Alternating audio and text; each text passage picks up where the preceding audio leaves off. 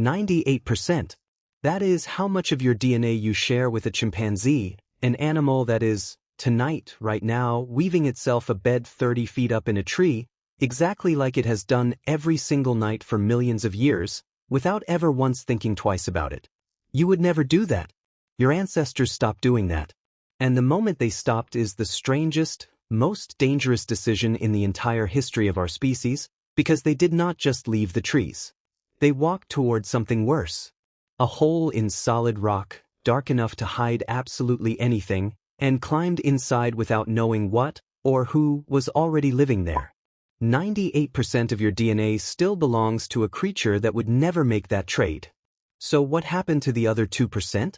What broke inside your ancestors that made climbing down into the dark feel safer than staying in the one place that had kept their entire bloodline alive for millions of years?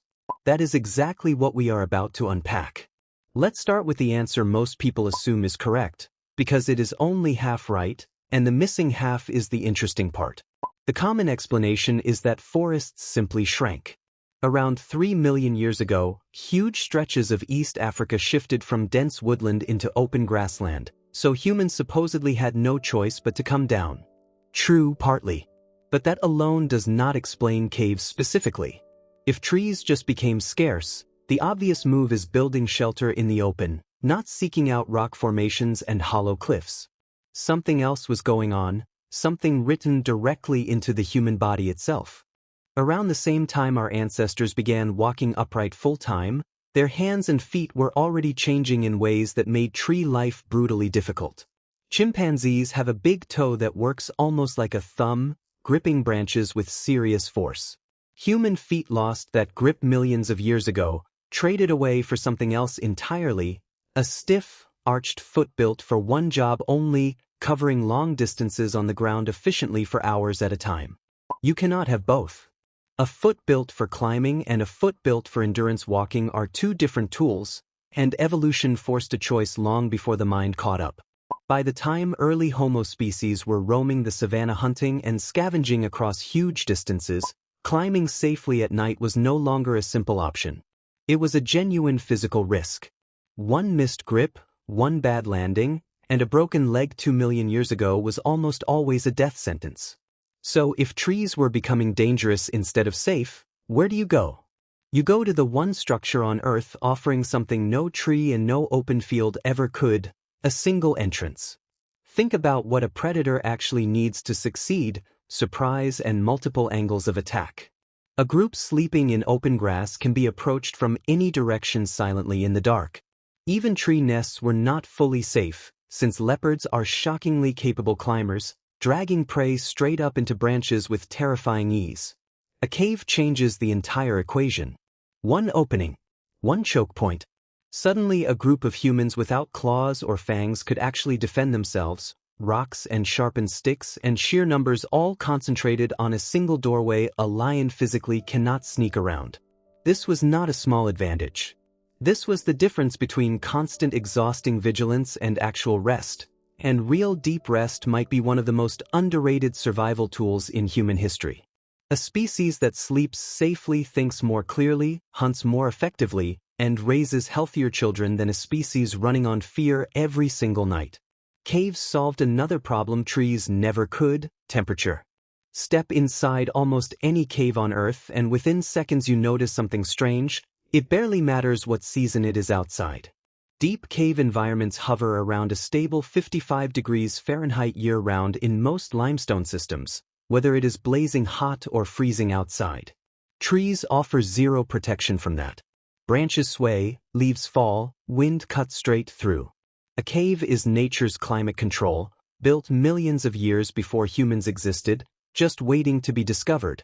And there is one more advantage that changed absolutely everything: caves could hold fire. Try lighting a fire 30 feet up in a tree canopy and see how long that experiment lasts. It cannot be done safely. Branches burn, nests burn, the shelter that kept you alive becomes the very thing that kills you. Fire and trees are simply incompatible. A cave with a stable rock floor, walls that reflect heat back into the space, and enough airflow to keep smoke from choking everyone inside, is basically designed for fire.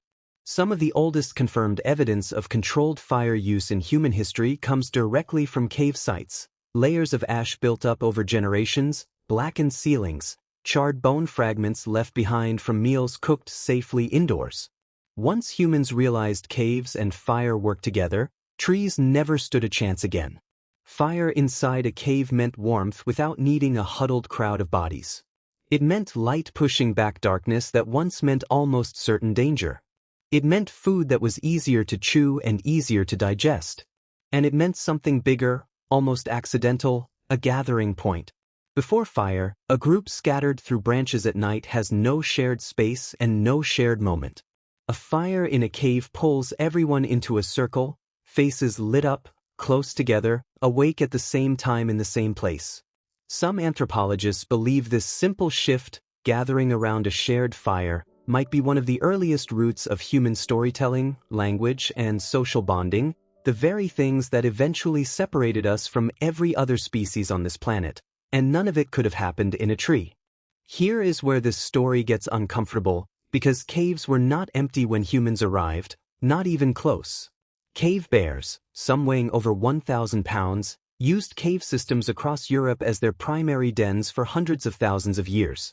Cave lions and cave hyenas built entire ecosystems around these rock shelters long before a single human ever set foot inside one. Moving into a cave was not simply choosing a house, it was often an act of open conflict against an animal that could kill a human in seconds. Fossil evidence backs this up in a genuinely unsettling way. Human bones found in certain European caves show deep claw marks and bite patterns matching cave bear anatomy almost perfectly. In some locations, archaeologists have found alternating layers, bare bones in one, human tools and remains directly above it, suggesting humans and bears may have fought over the exact same shelter across different seasons, possibly for thousands of years, neither side fully winning, neither side fully giving up.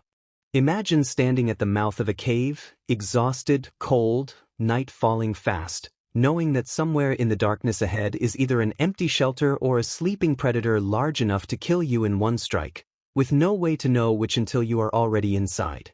That was a real decision early humans made over and over, generation after generation, and they kept choosing the cave, because staying out in the open, exposed to every predator on the savanna with no single point of defense, was somehow still the worse option. So why does any of this still matter to you, sitting wherever you are right now, thousands of years removed from any of it? Because your body never fully let go of that choice.